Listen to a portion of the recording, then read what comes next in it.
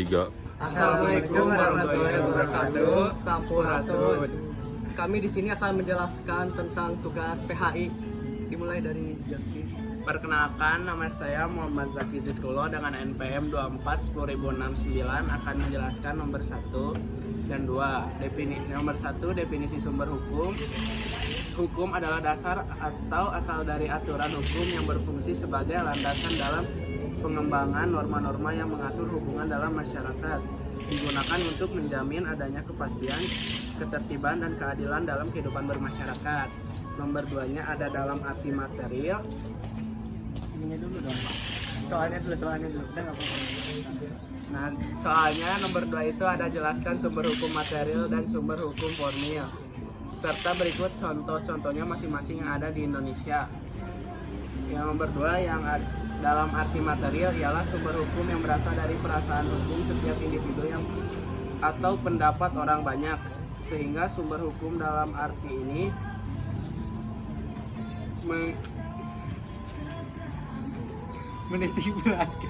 menitikberatkan pada asal usul serta isi daripada hukum itu sendiri. Nah, ada contoh hukum material. Ada yang pertama ada perlindungan hak asasi manusia, ada di pasal 281 Undang-Undang 1945. Yang kedua ada pengatur tindakan pidana di pasal 338 KUHP. Perlindungan konsumen ada di pasal 4 Undang-Undang Nomor 8 Tahun 1999. Nah, terus ada pengatur perjanjian, pasalnya ada di 1338 BW. Satu lagi ada sengketa penyelesaian di pasal 1866 BW juga. Yang B-nya ada dalam arti formil ialah sumber yang menentukan kekuatan berlakunya suatu ketentuan hukum atau dengan kata lain bagaimana cara terbentuknya hukum dan dalam bentuk makna hukum itu diciptakan. Contohnya ada proses peradilan di pasal 1 ayat 1 KUHP. Terus ada penyidik dan penuntut di pasal 6 KUHP. Peradilan administratif di pasal 53 Undang-Undang Nomor 30. Terus ada banding dan kasasi di pasal 244 sampai 246 KUHP. Sekian dari saya, dilanjutkan teman saya. Nama saya Nugraha Setia Ramadan, NPM 24100074.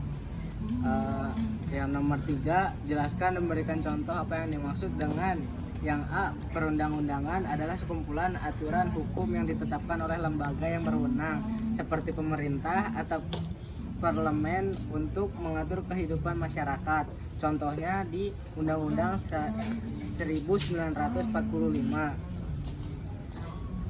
Terus ada Undang-Undang Nomor 11 Tahun 2008 tentang informasi dan transaksi. Ada lagi contohnya di Undang-Undang Nomor 35 Tahun 2014 tentang perlindungan anak.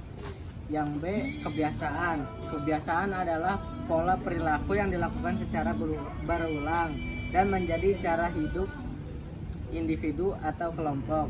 Contohnya kebiasaan pagi, kebiasaan makan, kebiasaan membaca.